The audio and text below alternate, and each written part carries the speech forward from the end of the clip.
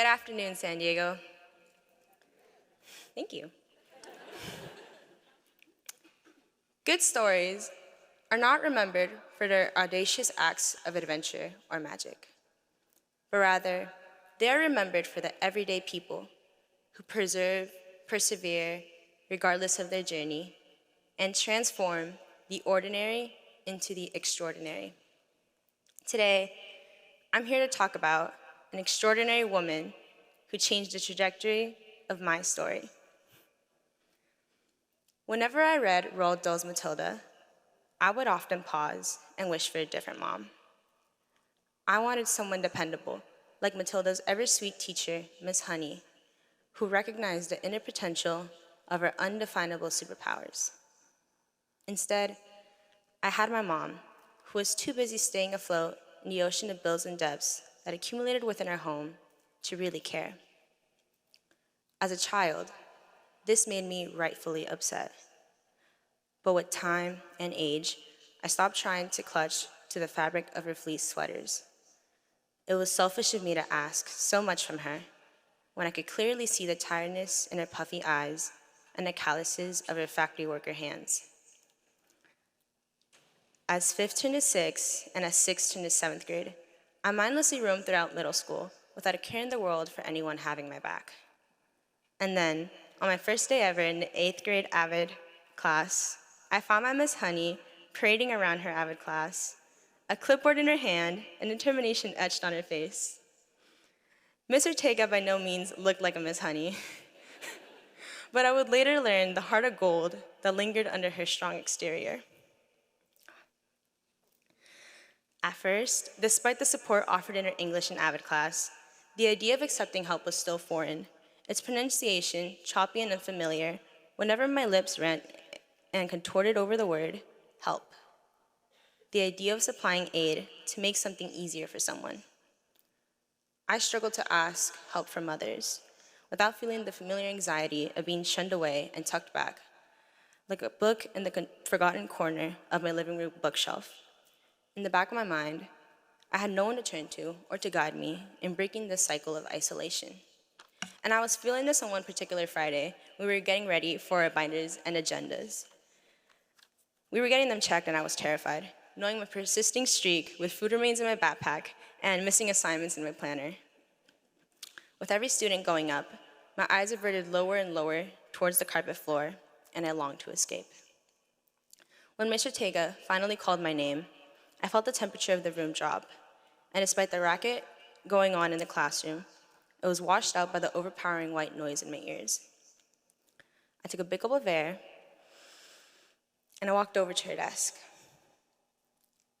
I will never forget the silence of the classroom as I awkwardly sat across the table, waiting for another drilling lecture on my poor organization. Instead, I heard the squeak of sneakers as Mr. Ortega, along with a couple of my supportive AVID classmates, sat down beside me to give me the assistance I needed, and in my opinion, I didn't deserve. Since the beginning, Ms. Ortega always presented herself as a strong, gritty woman who could and probably would tower over anyone who tried to make her feel less small. Yet here she was, crouching down to help sort between my trash and my paperwork. I quickly rushed down to help her, ashamed, before she stopped and told me I reminded her a lot of her younger self. She looked me right in the eyes and said, "We don't ask you to stay perfect, Jackie. What we really want is to see you grow. That's why seeds need gardeners." In the cozy comfort of her classroom, Ms. Ortega showed me, on that day, even strong women can allow themselves to seek the help that they need. Stepping over that line, as difficult as it was, marked the possibility of a new reborn girl, one who no longer had to keep every problem she faced under secret scrolls of paper kept tucked within her. It also meant that in order for me to benefit from this growth experience, I would have to continue on working on opening up and effectively expressing myself for the benefit of understanding myself and helping others understand me. And as Mr. Ortega handed me off to my Westminster AVID family, she ensured my journey would continue by consistently checking on me and my growth and progress through our school's annual AVID Shadow Day for 8th graders on the Westminster campus. As the years have gone by, I've shared with her some of my achievements made possible by the support of my Westminster High School AVID family. My junior year AVID teacher, Mr. Dirks, who wasn't here, inspired me to take on more community involvement, particularly through Girls Inc.'s externship program called Girls Meet the Workforce. Through mentoring other girls, I learned that leading by example can help inspire others to follow in their own footsteps. Every girl I met had her own story. So, just like Mr. Tega did with me, I actively sought out each girl, and I would listen to their individual adversities.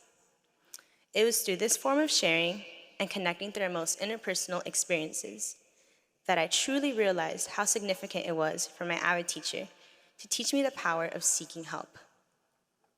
My efforts to grow and pass my experiences to others were ultimately rewarded through a $20,000 scholarship from Girls Inc. and another $20,000 AVID scholarship made possible by the Draper Family Foundation.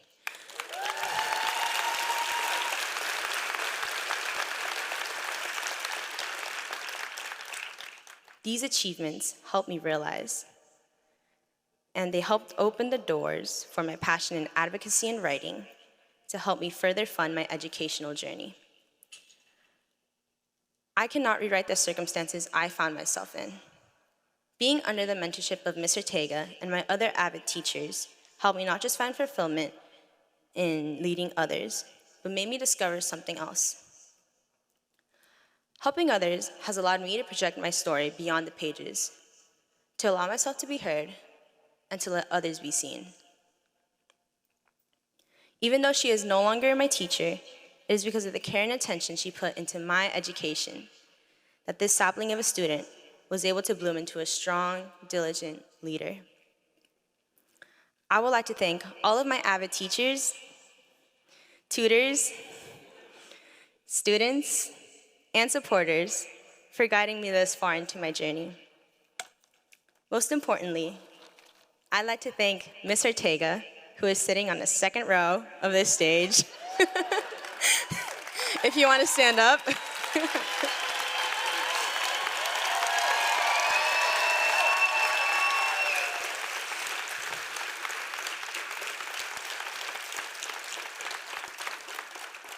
my God.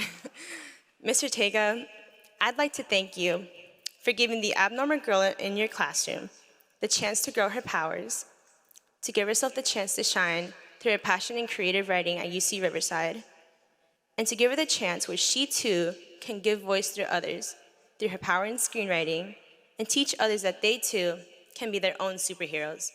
Thank you.